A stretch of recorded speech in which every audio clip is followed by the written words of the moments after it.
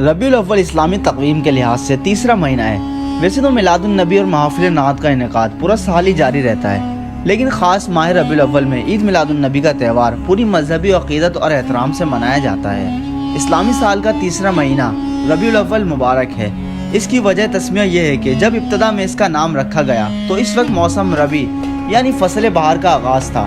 یہ مہینہ فیوزات برکات کے اعتبار سے افضل ہے کہ باعث تخلیق کائنات رحمت للعالمین احمد مجتبی محمد مصطفیٰ صلی اللہ علیہ وآلہ وسلم نے دنیا میں قدم رنجہ فرمایا۔ ورلڈ انفارمیشن ٹی وی کی ویڈیوز میں ایک بار پھر سے خوش آمدید۔ ربیع الاول شریف بروز پیر مکہ مکرمہ کے محلے بنی ہاشم میں آپ صلی اللہ علیہ وسلم کی ولادت باسعادت صبح صادق کے وقت ہوئی۔ 12 ربیع الاول ہی میں آپ ہجرت فرما کر مدینہ منورہ تشریف لائے۔ اسی ماہ کی 10 تاریخ کو محبوب کبریا صلی اللہ علیہ وآلہ وسلم نے ام المومنین سیدہ حضرت خدیجہ الکبریٰ رضی اللہ تعالی عنہا سے نکاح فرمایا تھا۔ اسی تاریخ سے کائنات کی ظلمت و تاریکیاں نورانیت میں تبدیل ہونے لگی، انسان کا مردہ دل پھر سے تازگی پانے لگا، کفر و شرک کی گھنگور گھٹائیں ختم ہونے لگی، انسانوں کو انسانیت کے صحیح اور حقیقی مفہوم سے عملی آشنائی ہونے لگی۔ ہر قسم کے خرافات اور بے بنیاد رسم و رواج کی بندشوں میں جکڑا ہوا انسان آزاد ہو کر اپنے مقاصد زندگی اور وجہ تخلیقات کو سمجھا، اپنے معبود حقیقی کو جانا، عبد و معبود کے رشتوں کو سمجھا۔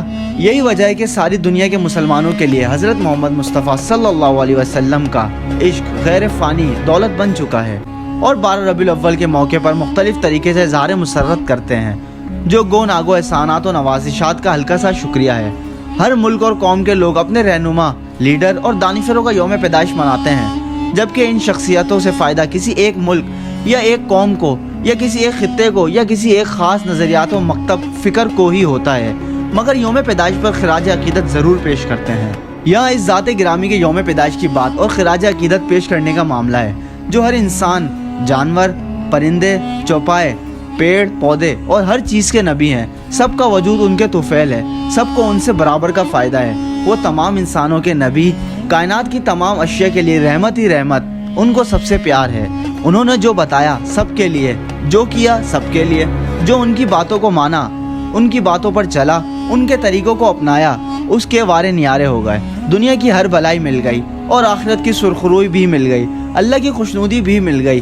پھر اسے عظیم محسن، ایسے پیارے نبی جن سے بڑھ کر اللہ کے سوا کوئی نہیں، کوئی شخصیت کتنی عظیم کیوں نہ ہو، مگر سرکار دو جہاں سے اس کی نسبت ذرے اور آفتاب جیسی ہے۔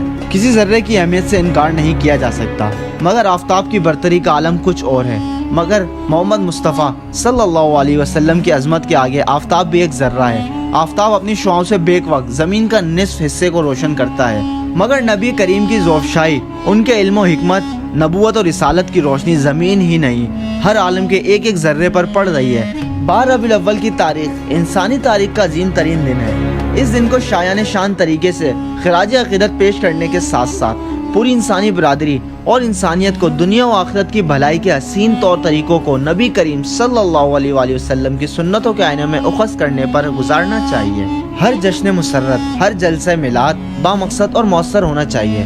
تمام مسلمانوں کو اس دن کی اہمیت کا احساس کرتے ہوئے گزشتہ کا احتساب اور آئندہ کا لائے عمل تیار کر کے فلاح و اصلاح انسانیت کے لیے ایک نئے جوش و جذبے کے ساتھ مشغول ہو جانا چاہیے۔ اس تاریخ کے تمام جلسوں، میلادوں اور اجتماعات میں سرکار دو جہاں صلی اللہ علیہ وآلہ وسلم کی سماجی، سیاسی، معاشی، معاشرتی اور عائلی زندگی کے تابناک گوشوں کو اجاگر کر کے اور بیان کر کے عوام الناس کو بامقصد عملی زندگی تک آغاز کا سبق دینا چاہیے۔ سرکار دو جہاں کی رحم دلی، امن طلبی، احترام انسانیت، حقوق اللہ، حقوق العباد، تبلیغ اسلام، سماجی بائیکاٹ، ترک و وطن و ہجرت، کافروں مشرکوں کے ظلم و ستم، اناد و دشمنی، طرح طرح کی اذیت و فتنے فساد جو وہ حضور اور صحابہ کے ساتھ کرتے تھے، حضور اکرم کی رواداری، مساوت، عورتوں کے حقوق و احترام، بچوں کی تعلیم و تربیت و ذہنی تعمیر، حق کی پاسداری، برائیوں کی بے کنی کے حسین طریقے، بھائی چارگی، پڑوسیوں کے حقوق وغیرہ پر روشنی ڈالنا، انہیں بیان کرنا بہت ضروری ہے، تاکہ آج کے بھٹکے ہوئے انسانوں کو تباہ ہوتے سماج و معاشرے کو سدھارنے کے لیے سچا جذبہ میسر آ سکے اور عظمت محمدیہ بھی اجاگر ہو اور دیگر اقوام پر بھی اچھے اثرات مرتب ہو سکیں۔ فلسفہ و حکمت اور باریکیوں کو عوام اجتماعات و اجلاس میں بیان کرنے سے اپنی قابلیت صلاحیت کی داغ بٹھائی جا سکتی ہے۔ ہر مسلمان خواص سے عوام تک کی ذمہ داری اور عقیدت و محبت رسول کا تقاضا ہے کہ اپنے آپ کو رسول پاک کی سنتوں کے سانچے میں ڈالنے کا عزم مصمم کر لیں اور ہر منزل پر ہر موقع پر ان سنتوں کی عملی تفسیر بن کر سامنے آئیں۔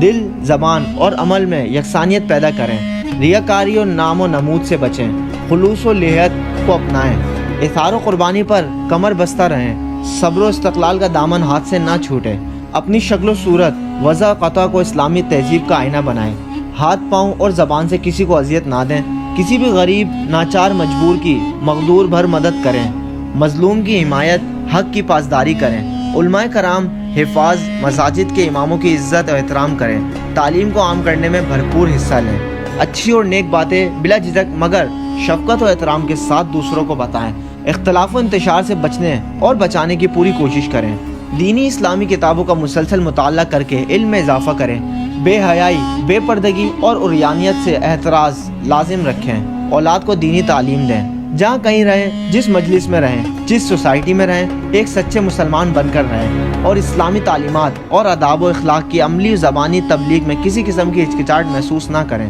حضور اکرم کی مکی زندگی اور مدنی زندگی اگر سامنے رہے تو تمام مسائل حل ہو جائیں گے۔ اللہ تعالیٰ ہر عید میلاد النبی کے موقع پر تمام مسلمانوں کو نیا عزم، نیا حوصلہ اور عملی جذبہ عطا فرما کر سنت رسول پاک کا آئینہ بنائے۔ آمین ثم آمین۔ امید ہے ورلڈ انفارمیشن ٹی وی کی جانب سے بنائی گئی یہ اسلامی ویڈیو آپ کے لیے معلوماتی ثابت ہوگی۔ اگر آپ اپنے نبی سے محبت کرتے ہیں تو اس ویڈیو کو اپنے دوستوں اور رشتہ داروں کے ساتھ ضرور شیئر کریں۔ انشاءاللہ ملتے ہیں جلد ہی ایک نئی معلوماتی اور اسلامی ویڈیو کے ساتھ، تب تک کے لیے اپنا خیال رکھیں۔ اللہ حافظ۔